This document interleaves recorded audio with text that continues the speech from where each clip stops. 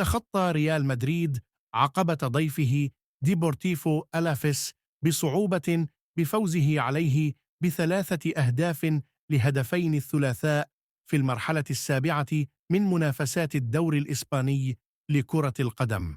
وتناوب كل من لوكاس فاسكيز في الدقيقة الأولى، وكيليان مبابي في الدقيقة 40، ورودريغو في الدقيقة 48 على تسجيل أهداف الميرينجي.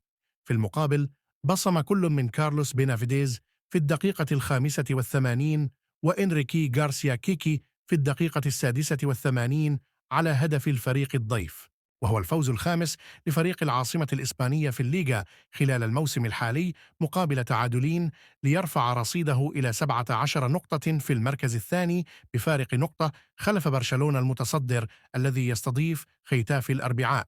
في المقابل تكبد ألافيس خسارته الثالثة هذا الموسم في المسابقة المحلية مقابل 3 انتصارات وتعادل واحد، ليتجمد رصيده عند 10 نقاط في المرتبة الثامنة مؤقتا.